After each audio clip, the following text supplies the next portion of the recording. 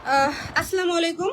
ইতিমধ্যে আপনারা কিছু ভিডিও দেখতে পাচ্ছেন, ছড়িয়ে পড়েছে অনলাইনে যে রিয়ামণি আর রিয়াজকে হচ্ছে কর্ড দেওয়া হয়েছে।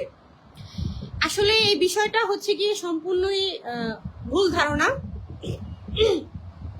সম্পূর্ণই বিভ্রান্তকর ঘটনা ঘটছে আমাদের সাথে। বিগত দিনেও যা ঘটেছে,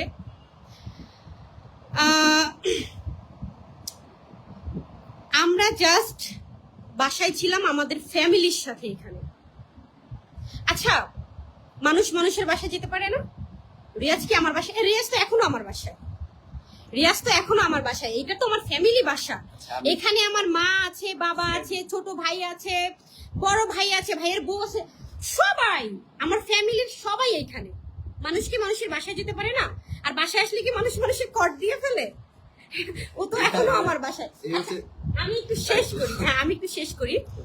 রিয়াজ আমার বাসায় এসেছে, আমরা একটা যে কোনো একটা কাজের বিষয়ে কথা বলছিলাম, আর হচ্ছে গিয়ে আমাদের উপরে অ্যাটাক করা হবে, অ্যাসিড নিক্ষেপ করা হবে, এরকম বিষয় নিয়ে আমরা থানায় যাবো রেডি হচ্ছিলাম।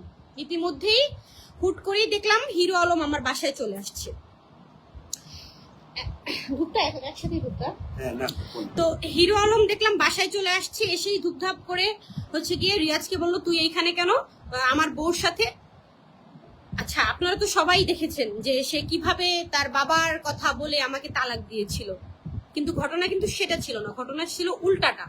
সে কিন্তু পরকীয়া করেছে বিধায় আমার তার সাথে ঝামেলা।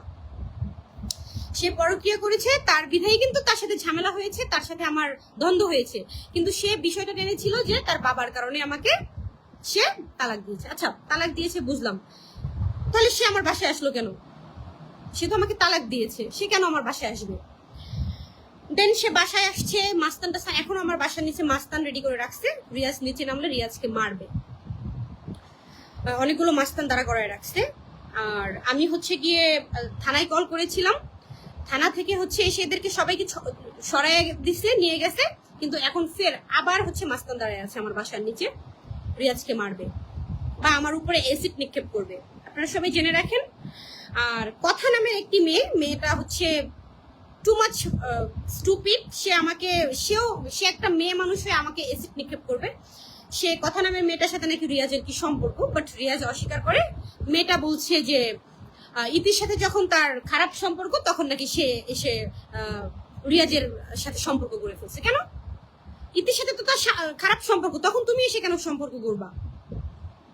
আর রিয়াজের সাথে যে আমার দ্বন্দ্ব বা আমার হচ্ছে গিয়ে কি বলে সম্পর্ক নিয়ে তো সবাই জানে, তাহলে ওই মেয়েটা কোথা থেকে আসলো? আবার ওই মেয়েও